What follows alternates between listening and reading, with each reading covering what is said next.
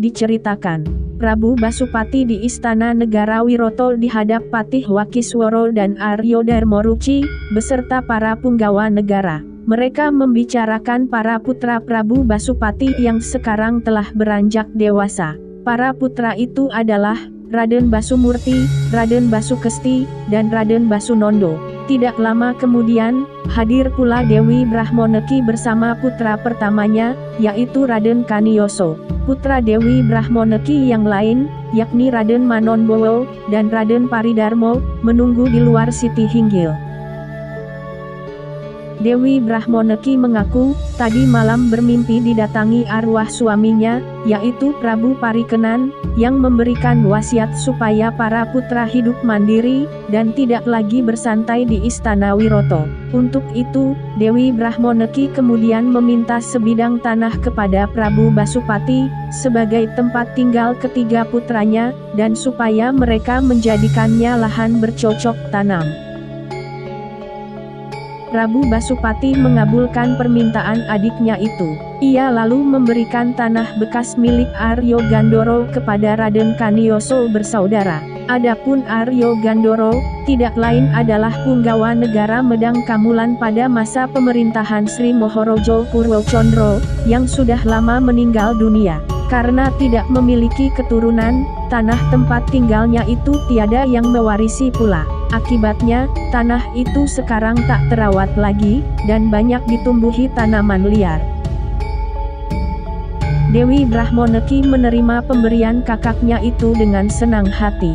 Setelah dirasa cukup, Raden Kaniyoso, Raden Manonbowo, dan Raden Paridarmo mohon doa restu kemudian berangkat menuju tanah Gandoro. Prabu Basupati lalu memerintahkan Aryo Darmoruci memimpin sejumlah prajurit untuk mengawal ketiga keponakannya itu.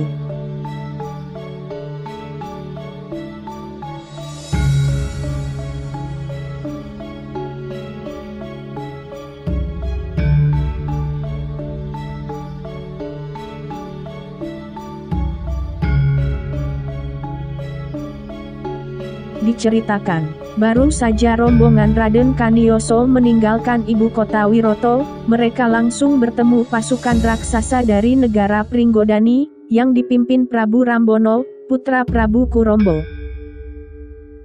Kedatangan pasukan raksasa itu ke negara Wiroto, adalah untuk membalaskan kematian Prabu Kurombo, yang dulu tewas di tangan Raden Kaniyoso, pada saat menyerang Kahyangan Suroloyo. Prabu Rambono sendiri masih sangat muda, namun memiliki ilmu kesaktian yang lumayan tinggi. Sejak kematian ayahnya, ia banyak belajar kepada Resi Saniworo dan Patih Saswomertiu. Maka, terjadilah pertempuran antara rombongan dari Wiroto, melawan para raksasa Pringgodani. Dalam pertempuran kali ini, Raden Manonbowo, Raden Paridarmo, dan Aryo Darmoruci, tidak mampu mengalahkannya. Namun demikian, kesaktian Raden Kaniyoso ternyata masih berada di atas Raja Raksasa itu. Setelah bertarung sengit, Raden Kaniyoso akhirnya berhasil meringkus Prabu Rambono, sekaligus beserta Resi Saniworo dan Patih Saswomertiu.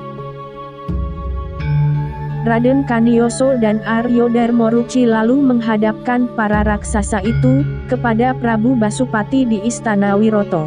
Prabu Basupati bersedia mengampuni nyawa mereka, asalkan Prabu Rambono menyatakan kesetiaan kepada negara Wiroto.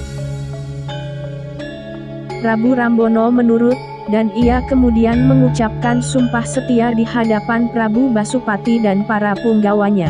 Prabu Basupati sangat berkenan mendengarnya. Ia lalu membebaskan Prabu Rambono, dan mengizinkannya pulang kembali ke negara Pringgodani.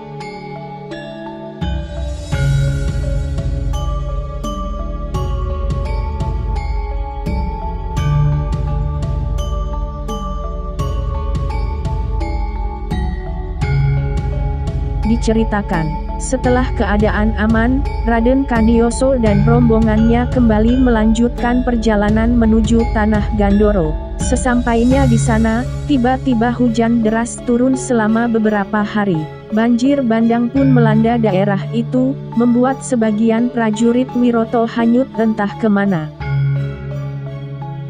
Raden Manonbowo, Raden Paridarmo, dan Aryo Darmoruci juga ikut hanyut terbawa arus banjir. Dengan susah payah, Raden Kaniyoso berenang untuk menangkap dan melemparkan tubuh mereka ke atas pohon tinggi. Akan tetapi, ia sendiri justru hanyut dan tak sempat menyelamatkan diri. Pada saat itulah, muncul Batara Wisnu yang turun dari angkasa, untuk menolong Raden Kaniyoso, lalu membawanya terbang, hingga akhirnya mendarat di Gunung Sapto Argo. Di puncak Gunung Sapto Argo itulah, Batara Wisnu mengangkat Raden Kaniyoso sebagai murid, dan mengajarinya berbagai macam ilmu pengetahuan dan kesaktian. Setelah dirasa cukup, Batara Wisnu memerintahkan Raden Kaniyoso untuk bertapa mencapai kesempurnaan diri di Gunung Sapto Argo, dan mengganti namanya menjadi Resi Manumonoso. Batara Wisnu meramalkan, kelak akan ada leluhur para dewa yang akan datang mengajarkan ilmu kesempurnaan kepadanya. Sementara itu, urusan membuka tanah Gandoro, biarlah dilanjutkan oleh Raden Manonbowo dan Raden Paridarmo.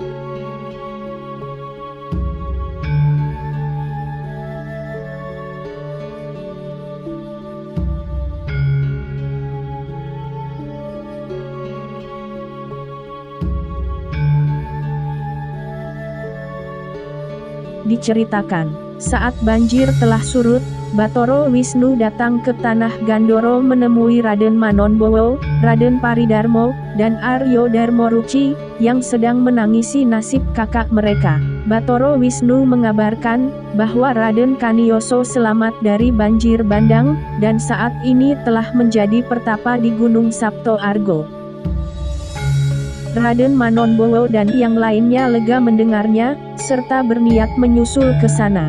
Namun, Batara Wisnu melarang, dan menyarankan agar mereka tetap melanjutkan kegiatan membuka tanah Gandoro menjadi pedukuhan. Raden Manonbowo dan Raden Paridarmo mematuhi saran Batara Wisnu itu. Mereka lalu bergotong royong membuka tanah Gandoro, dengan dibantu Aryo Darmoruci dan para prajurit Wiroto.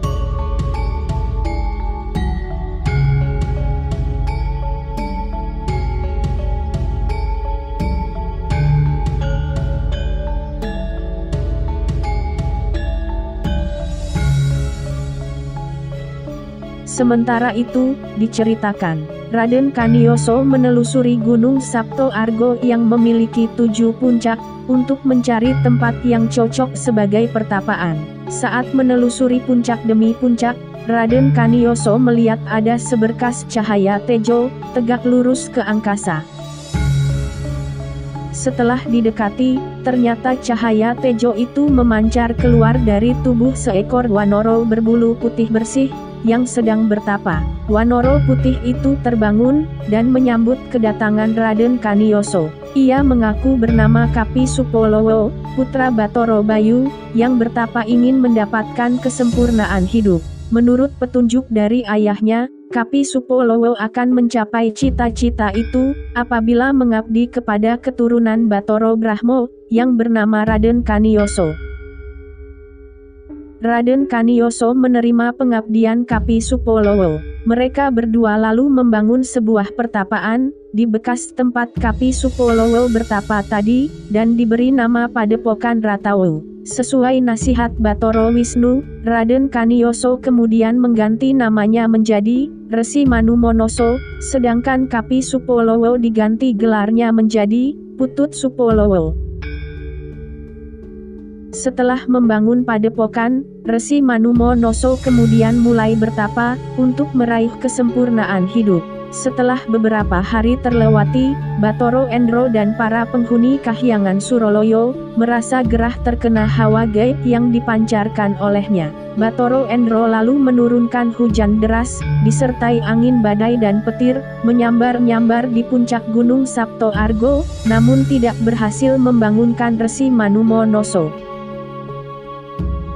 Bathara Endra lalu mencoba cara halus, yaitu mengirim ketujuh bidadari unggulan untuk menggoda Resi Manumonoso. Ketujuh bidadari itu ialah Batari Suprobo, Batari Wilutomo, Batari Warsiki, Batari Surendro, Batari Irim-Irim, Batari Gagar Mayang, dan Batari Tunjung Biru. Mereka mendarat di Padepokan Ratawu, dan berusaha dengan segala cara untuk membuyarkan ketekunan Resi Manumonoso.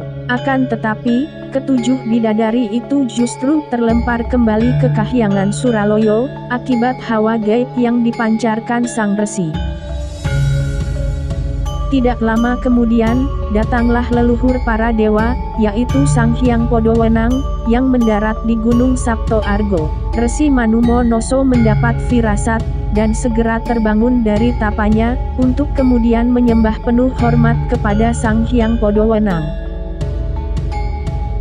Kedatangan Sang Hyang Podowenang adalah untuk memberikan anugerah ilmu kesempurnaan hidup kepada Resi Manumonoso. Setelah Resi Manumonoso menamatkan segala pelajaran, Sang Hyang Podowenang berpesan bahwa tidak lama lagi akan ada seorang putranya yang datang bergabung di Gunung Sapto Argo.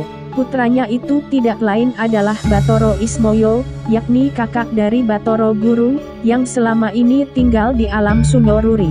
Setelah berpesan demikian, Sang Hyang Podowenang lalu kembali ke Kahyangan Awang-Awang Kumitir. Diceritakan, beberapa hari kemudian, Resi Manumonoso melihat seorang laki-laki bertubuh pendek bulat, sedang berlari mendaki puncak Gunung Sapto Argo, karena dikejar dua ekor harimau berwarna merah dan putih. Resi Manumonoso segera memberikan pertolongan. Ia melepaskan dua anak panah, untuk melumpuhkan kedua harimau itu. Tak disangka, begitu terkena panah, kedua harimau itu musnah, dan berubah wujud menjadi dua orang bidadari yang mengaku bernama Batari Kanistri dan Batari Kaniraras. Sementara itu, laki-laki bertubuh pendek bulat tadi mengaku bernama Kyai Smoro Sonto, yang menyatakan ingin mengabdi di Padepokan Ratawu. Akan tetapi, Resi Manumonoso yakin bahwa laki-laki ini sesungguhnya adalah Bathara Ismoyo, putra Sang Hyang Podowenang, yang selama ini tinggal di alam Sundoruri. Awal mula Bathara Ismoyo berubah wujud menjadi gemuk pendek dan buruk rupa seperti itu, adalah akibat berlomba menelan gunung bersama Bathara Antogo, ratusan tahun yang lalu. Kyai Smoro Sonto akhirnya berterus terang, bahwa dirinya memang perwujudan Bathara Ismoyo. Ia menjelaskan tentang kedatangannya ke Gunung Sapto Argo ini, adalah untuk menjalankan perintah Sang Hyang Podowenang, supaya dirinya mengabdi kepada Resi Manumonoso. Sementara itu, Bathara Antogo juga telah mendapat perintah, untuk mengabdi kepada para raja di negeri seberang. Kyai Smoro Sonto lalu menjelaskan, bahwa kedua bidadari bernama Batari Kanistri dan Batari Kaniraras, adalah putri Bathara Hiro, keturunan Sang Hyang Catur Kaneko, yang secara tidak sengaja melakukan kesalahan, sehingga mendapat kutukan menjadi sepasang harimau merah dan putih. Pada suatu hari, kedua harimau itu menghadang Kyai Smoro Sonto, yang sedang dalam perjalanan menuju Gunung Sapto Argo. Kyai Smoro Sonto mengetahui, kalau mereka sesungguhnya adalah bidadari yang terkena kutukan, dan salah satunya akan menjadi jodoh Resi Manumonoso. Maka, ia lalu pura-pura ketakutan dan berlari mendaki Gunung Sapto Argo, supaya kedua harimau itu mengejarnya dan bisa bertemu Resi Manumonoso. Kini, kedua harimau tersebut telah teruat oleh panah Resi Manumonoso, dan kembali menjadi bidadari. Mereka kemudian menyatakan tunduk, terhadap segala keputusan Resi Manumonoso. Resi Manumonoso sendiri, tidak berani menganggap Kyai Smoro Sonto sebagai abdi, dan lebih suka menjadikannya sebagai saudara tua. Maka, ia kemudian memilih Batari Kaniraras sebagai istri, sedangkan Batari Kanistri, hendaknya menjadi istri Kyai Smoro Sonto. Maka, diadakanlah pernikahan ganda di Gunung Sapto Argo. Karena nama Batari Kaniraras sama persis dengan nama kakak sulungnya, maka Resi Manumonoso memanggil istrinya itu dengan sebutan baru, yaitu Dewi Retnowati. Sementara itu, Kyai Smorosonto juga mengganti nama Batari Kanistri menjadi Dewi Kenastren, supaya lebih mudah disebut.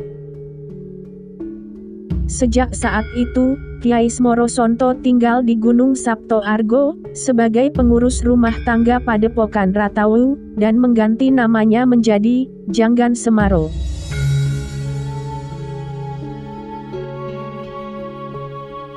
Kocap Kacarito. Pada suatu hari, Dewi Brahmoneki datang ke Gunung Sapto Argo untuk menjenguk Resi Manumonoso dan berkenalan dengan menantu barunya, yaitu Dewi Retnowati. Setelah beramah tamah dan melepas kerinduan, Dewi Brahmoneki lalu menceritakan keadaan di negara Wiroto.